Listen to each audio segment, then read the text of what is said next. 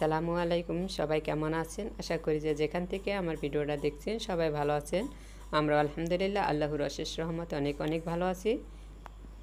তো আজকে আপনাদের মাঝে নিয়ে আসলাম একটা মজাদার রেসিপি। তো সেটা হলো নেহারি। তো নেহারিটা কে পছন্দ করেন না বলেন তো? নেহারি কিন্তু সবারই প্রিয় একটা খাবার। তো আমার ফ্যামিলিতে সবাই এই নেহারিটা খুব পছন্দ করে। তো আমি আজকে বড় পাতিলে করে মাটির চুলায় মজা করে এই নেহারিটা রান্না করব। তো চলুন আমি কিভাবে রান্না করি দেখে আসি।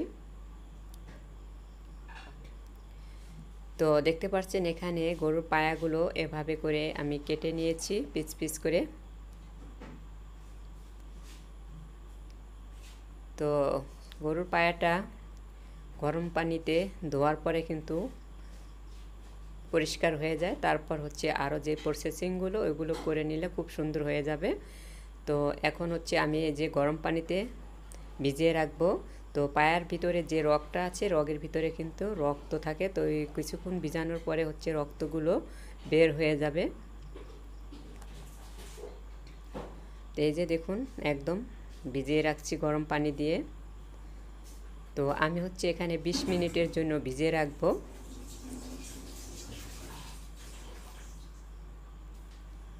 তো 20 মিনিট পরে হচ্ছে এগুলোকে আমি পরিষ্কার করে নিব।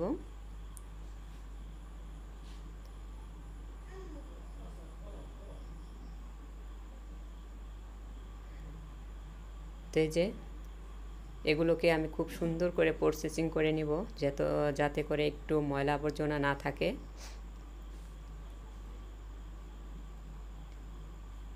তো দেখুন আমি এই গরুর পায়াগুলো খুব সুন্দর করে ধুয়ে নিচ্ছি।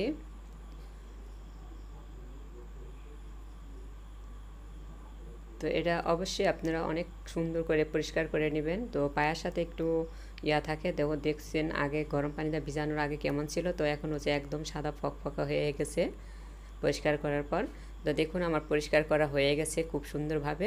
এখন হচ্ছে রান্না করতে চলে আসলাম মাটির চুলায়। তো মাটির চুলায় রান্না করতে আসলাম। এখন হচ্ছে আমি এগুলোকে পেঁয়াজ দিয়ে দিচ্ছি পরিমাণ মতো, আর রসুন কুচি দিয়ে দিচ্ছি কিছু অল্প পরিমাণে। তো নেহারি রান্নার ক্ষেত্রে কিন্তু কম মশলা ব্যবহার করতে হয়, কারণ নেহারিতে বেশি একদম মাংসের মতো রান্না করতে হয় না। খুব সুন্দর করে অল্প মশলায় অল্প ঝাল অল্প হলুদ বা অল্প মশলায় রান্না করতে হয়। তো আমি আদা রসুন এর পেস্ট আর হচ্ছে জিরার বাটা এগুলো দিয়ে দিচ্ছি।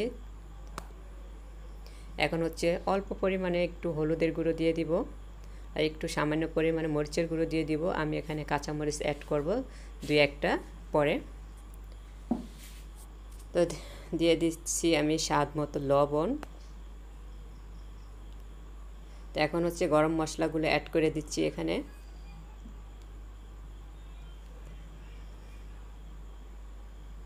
তো এখন হাত দিয়ে খুব সুন্দর করে মাখিয়ে নিব।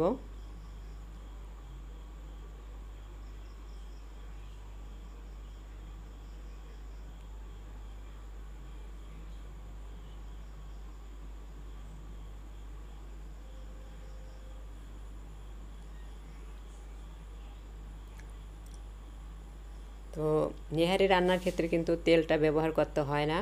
তো একদম অল্প পরিমাণে একটু তেল দিয়ে দিতে হয়। তো আমি একদম দেখলেনই তো সামান্য পরিমাণে একটু সরিষার তেল দিয়ে দিচ্ছি। তো যদিও নেহারি রান্নার ক্ষেত্রে তেলটা ব্যবহার করতে হয়, তো একদমই অল্প, কারণ মাংস রান্না আর এই নেহারি রান্নাটা কিন্তু এক না। তো অনেকের বাসায় আমি নেহারিটা খেয়েছি অনেকের হাতে। তো আমার মতো করে আমি যেভাবে রান্না করি তো ওরকম স্বাদও আমি পাইনি বা ওরকম কালারও কারো হয়নি, কারণ একদম মাংস যেভাবে রান্না করে তো তাদের হচ্ছে ওইভাবে করে নেহারিটা রান্না করে, তো ওরকম নরমও হয় না। তো আমি যেভাবে এই নেহারিটা সবসময় রান্না করি তো ওই প্রসেসিংয়ে আপনাদেরকে দেখাইছি। তো দেখুন হাতে মাখানোর পরে হচ্ছে এই যে বড় একটা পাতিল নিয়েছি এখানে, এই পাতিলের ভিতরে দিয়ে দিচ্ছি আমি পায়াগুলো।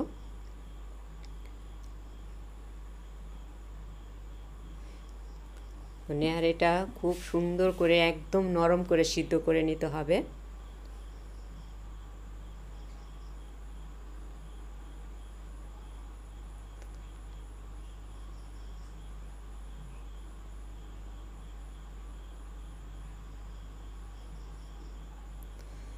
তো এগুলো দেওয়ার পর হচ্ছে বাকি যে মশলাগুলো বলের ভিতরে ছিল, তো ওগুলো হচ্ছে আমি এই যে এভাবে হাত দিয়ে সুন্দর করে কাছিয়ে দিয়ে দিচ্ছি।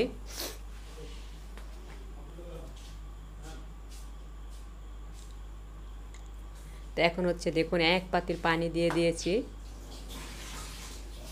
তো মাটির চুলায় চলা দিয়ে রান্না করব। তো এই যে বলক চলে আসছে এই পর্যায়ে, এখন আমি চুলার ভিতরে দিয়ে আমি আমার কাজ মানে এখান থেকে চলে যাব, মাঝে সাঝে একটু দেখব এটার মানে খুব সুন্দর করে জাল করে তারপর হচ্ছে নামিয়ে নিব। তো এটা হচ্ছে আমি 3 ঘন্টা পর্যন্ত এইভাবে করে চুলায় জাল করে নিয়েছি।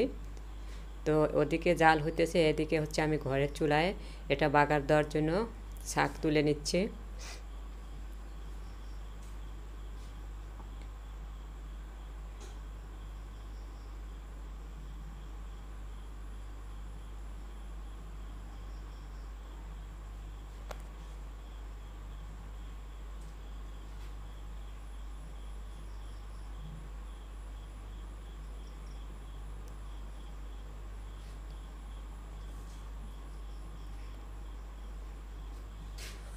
তো এভাবে খুব সুন্দর করে নেড়ে চেড়ে হচ্ছে শাকটারে সুন্দর কালার করে নিতে হবে, যেন না পুড়ে যায়। তো এরকম লাল লাল করে কালার করে নিতে হবে। তো আমার শাকটা কিন্তু হয়ে গেছে, এখন আমি চুলা থেকে নামিয়ে সোজা পাকঘরে চলে যাব মাটির চুলায়। তো এই যে দেখুন পানি কিন্তু কমে গেছে, এখন হচ্ছে আমি এই যে বাগারটা দিয়ে দিচ্ছি। তো আমি কিন্তু এটার ভিতরে একটা জিনিস দিয়েছি, তো এই জিনিসটা আপনাদের মানে দেখাইতে পারলাম না, কারণ আমার ভিডিওটা ছিল না তখন মনে হয়।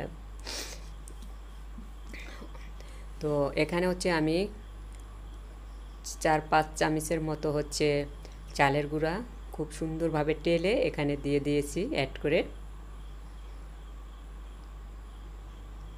তো আপনারা ময়দাটাও দিতে পারেন। তো দেখুন কতটা নরম হয়েছে, আমি চুলা থেকে নামিয়ে সার্ভ করে নিয়েছি। একদম মানে যা থাকে এই পায়ের সাথে নলির সাথে, তো সবগুলো কিন্তু খুব সুন্দরভাবে সিদ্ধ হয়ে গেছে, দেখতেই বোঝা যাচ্ছে অনেকটা সফট হয়েছে 3 ঘন্টা জাল করার পরে। তো এই যে দেখুন আমার নিহারির কালারটা, তো আমি সব সময় এরকম একটা কালার করে নিহারিটা রান্না করি, তো এটা খেতে অসম্ভব মজার হয়। তো আমি তো নিহারিটা শুধুই স্যুপের মতো খেয়ে নেই, অনেক মজার হয়। তো আজকের এই রেসিপিটা কেমন হয়েছে অবশ্যই জানাবেন। আল্লাহ হাফেজ।